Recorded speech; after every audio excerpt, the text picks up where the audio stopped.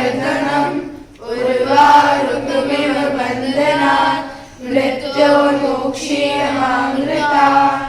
ॐ त्र्यम्बकं यजामहे सुगन्धिं पुष्टिवर्धनम् उर्वारुकमिव बन्धनात् मृत्योर्मुक्षीयमामृतात्।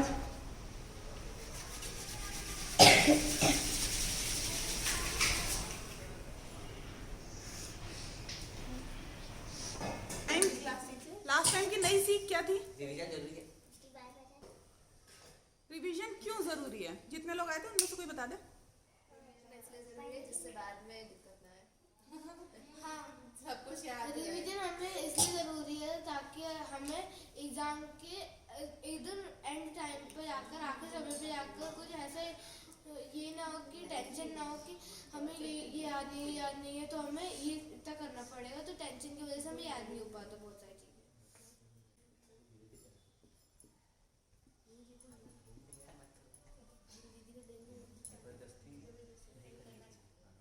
नहीं करना चाहिए, है ना? फॉर एग्जाम्पल ये जबरदस्ती नहीं करनी चाहिए कि पढ़ ले। मम्मी अगर किसी से जबरदस्ती करके चॉकलेट लेना या आंसर खाना, ये सब जबरदस्ती में नहीं आता था। जबरदस्ती जैसे बहुत ही सिंपल सा एग्जांपल है। हमारे घर में मेहमान आते हैं, हम उनको खाना खिलाते हैं तो लाड प्यार में और बोलते हैं ना, एक रोटी और थोड़ी सी और सब्जी और, है ना? करते हैं ना। ये हमारा कल्चर जरूर है कि अतिथि देवो भव होता है, हम उसको भगवान मानते हैं, लेकिन हम उसको इतना भी नहीं खिला देंगे पता चला सामने वाले का पेट ही खराब हो गया, है ना? इतनी भी जबरदस्ती नहीं करनी चाहिए। मतलब उसका भी तो ध्यान रखो। हो सकता है कि उसको इतना अच्छा लगा हो खाना कि उसने सफिशिएंट खा लिया उसने, है ना? हो सकता है ना, ऐसा हो गया।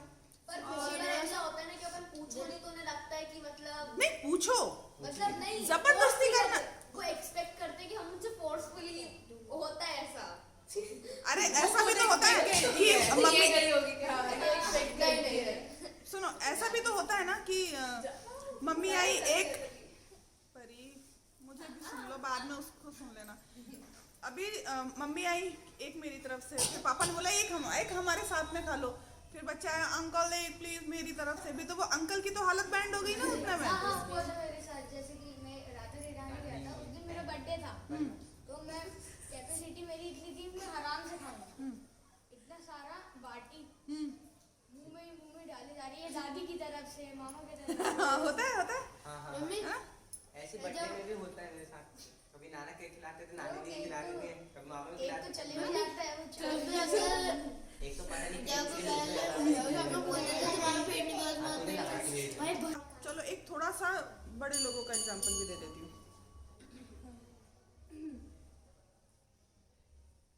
एसिड अटैक के बारे में सुना है?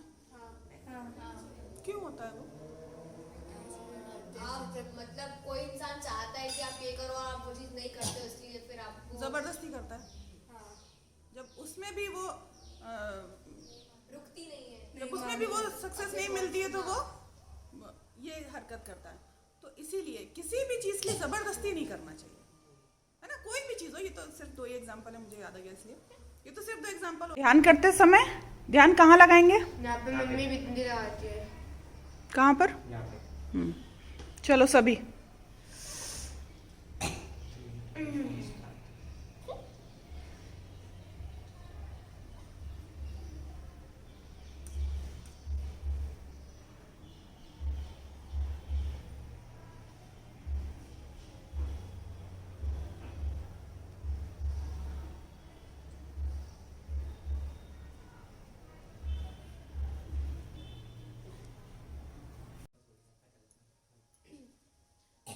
जहरीली गैस का नाम था मिथाइल आइसोसाइनेट और वो लीक हुई थी 1984 में।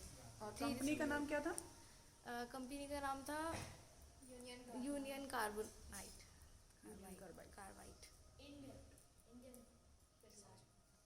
और उस कंपनी के मालिक का नाम क्या था? उसका ओनर कौन था?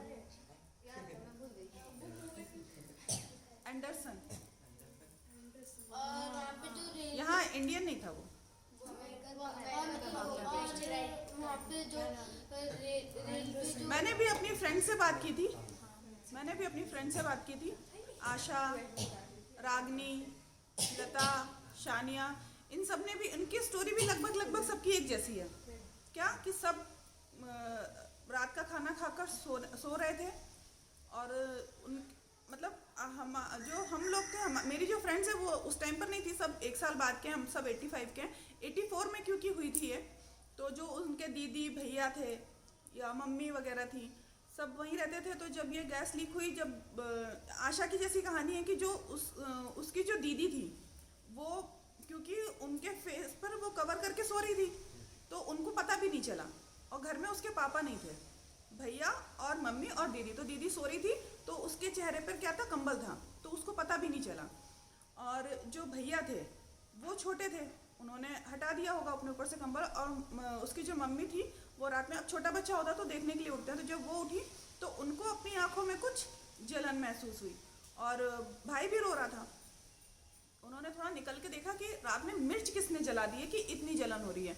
जब उन्होंने निकल के देखा तो सब लोग तो भाग रहे थे, लेकिन क्योंकि अंकल ड्यूटी पर थे, घर पर थे नहीं, तो उन्होंने क्या किया कि दरवाज़ा बंद कर लिया कि अब जो होगा वो यही होगा। क्योंकि आंखों में जलन हो रही थी तो उन्होंने क्या किया कि जाकर धो रही थी आंखें, और भैया की भी आंखें धो रही थी बार बार। तो रात तो कैसे भी निकली, लेकिन वो उतने में बेहोश हो गए थे दोनों, भैया भी और मम्मी भी, आंटी भी। उसके बाद में जब सुबह अंकल आए तो जब उन्होंने रोड पर लाशें बिछी हुई देखी, लाशें मतलब सिर्फ इंसान नहीं मरे थे, जानवर भी मर गए थे रोड पर, गाय, भैंस, बकरियां और कुत्ते, सभी जानवर भी पड़े हुए हैं, इंसान भी पड़े हुए हैं। कोई किसी को देख भी नहीं रहा है कि कुछ बचे हैं या सारे ही मर गए हैं। ठीक है, उसके बाद में वो घर आए तो उम्मीद तो उन्होंने खो दी थी कि कोई बचा नहीं होगा, लेकिन फॉर्चुनेटली जब वो घर आए उन्होंने देखा तो सभी ठीक थे। आंटी और वो जो उनका भैया था वो बेहोश था। फिर उनको हॉस्पिटल ले गए और ट्रीटमेंट हुआ। दीदी उसकी बिल्कुल ठीक थी क्योंकि उन्होंने सांस वो वाली नहीं ली थी, उनके मुंह पर कंबल था।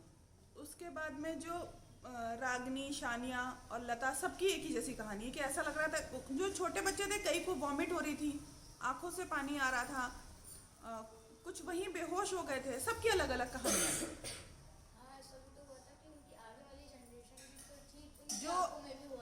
जो जैसे कोई लेडीज़ हैं, बाद में वो प्रेग्नेंट हुई या उसी टाइम पर जो प्रेग्नेंट थी, उसके बाद में जो आने वाले जो बच्चे थे उन पर भी बहुत असर हुआ था, आँखों पर या लंग्स में, लीवर पर,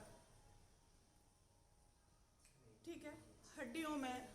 बहुत ही जहरीली गैस थी, है ना, कि पेड़ ऐसे लग रहे थे जैसे पेड़ों में आग लगा दी हुई, पत्ते तो पत्ते, पूरी डालियां सूख गई थी। तो जो वहाँ का जो सीन था वो बहुत ही ज़्यादा डरावना था कि सिर्फ लाशें पड़ी हुई हैं। कौन देखने आए, देखने भी कौन आएगा, सब तो मरे हुए हैं। तो ये है। और उसके बाद भी एंडरसन को यहाँ से हेल्प करने के लिए मना कर दिया गया था। हेल्प करने आता भी कौन, जो आता था वो, उसकी भी हालत वैसी ही हो जाती थी।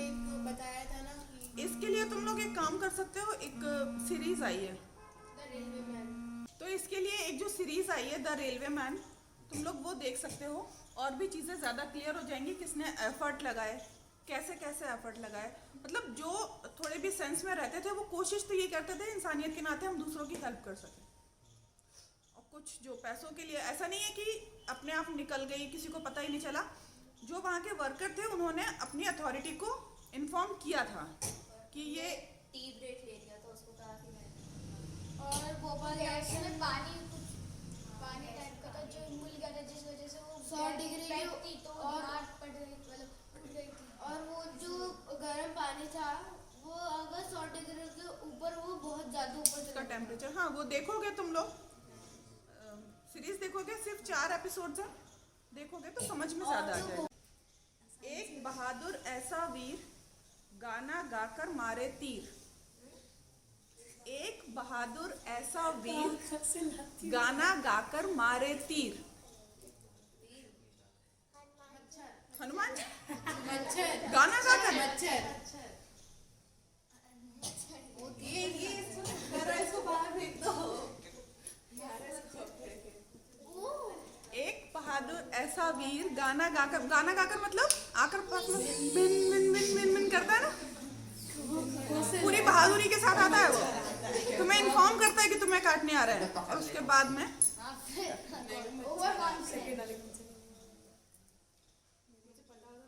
ऐसी कौन सी चीज है जो हॉस्पिटल में पैसे देकर मिलती है और बाहर फ्री मिलती है? ओ भाई ये क्या अगर मालूम भी रहता तो थोड़ा तो शांति बना कर रखो। मम्मी क्वेश्चन मुझे पूछना है। वही तो पूछना वही तो पूछना। फ्री में मिलती है ना। अबे ओ तुम ऑक्सीजन सिलेंडर्स की बात अलग है, पर उसके अंदर भी अभी तो वेंटिलेटर पे जाओ। अच्छा ठीक है ठीक है। जिसको भी इस क्वेश्चन का आंसर पता है प्लीज वो शांत रहे। जिसको आंसर पता है वो शांत रहे। अगर आप चाय बना रहे हो और उसमें गलती से बाल चल जाए तो उसे क्या करेंगे? चाय में अगर बाल चला जाए तो उसको क्या बोलते हैं? बैठ जाओ।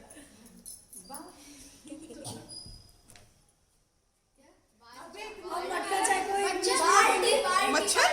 बच्चा बच्चा बाल जा बच्चा। ये भी सही है। सही है। नहीं लेकिन लॉजिक सही लगाया तुमने।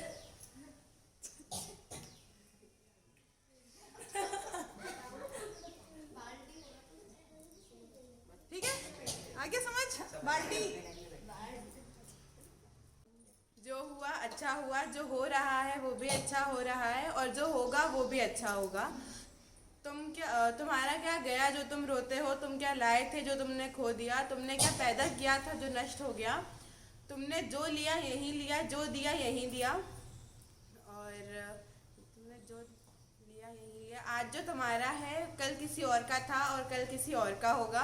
परिवर्तन ही संसार का नियम है। गीता सार मतलब सारांश, मतलब पूरी गीता का मैसेज क्या है? 2 लाइन में जो बताना है, मतलब एक छोटा सा मैसेज, वो हो गया गीता सार, है ना।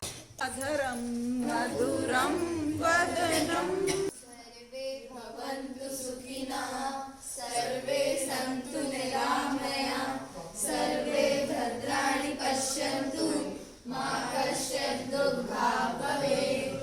ओम शांति शांति शांति ही। शांति पाठ पहले हिंदी में फिर संस्कृत में।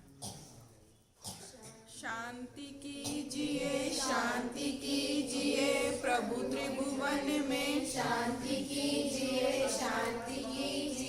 जल में थल में और गगन में। शांति कीजिए अंतरिक्ष में अग्नि पवन में। शांति कीजिए औषधि वनस्पति वन उपवन में। शांति कीजिए सकल विश्व के जड़ चेतन में। शांति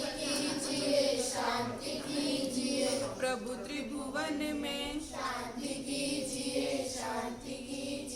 शांति विश्व निर्माण सृजन में। शांति कीजिए नगर ग्राम में और भवन में। शांति कीजिए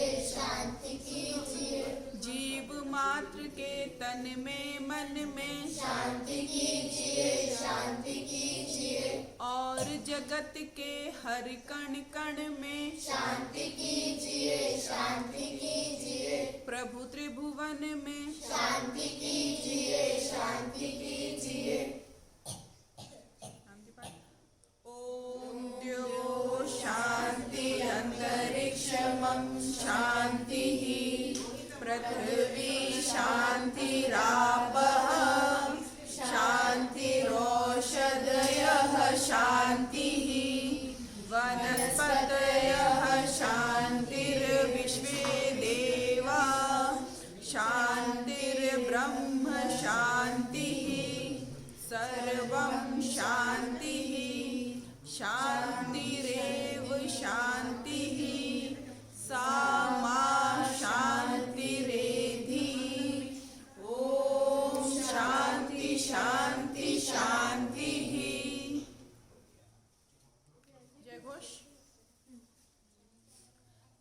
माता की, यज्ञ भगवान की, वेद भगवान की, भारतीय संस्कृति की, भारत माता की, एक बनेंगे, हम सुधरेंगे, हम बदलेंगे, विचार क्रांति अभियान सफल हो। देश की रक्षा कौन करेगा? हम करेंगे। माँ का मस्तक ऊंचा होगा। माँ मतलब भारत माँ। माँ का मस्तक ऊंचा होगा। नर और नारी एक समान। वंदे मातरम, वंदे मातरम। गौ माता की जय। हर हर महा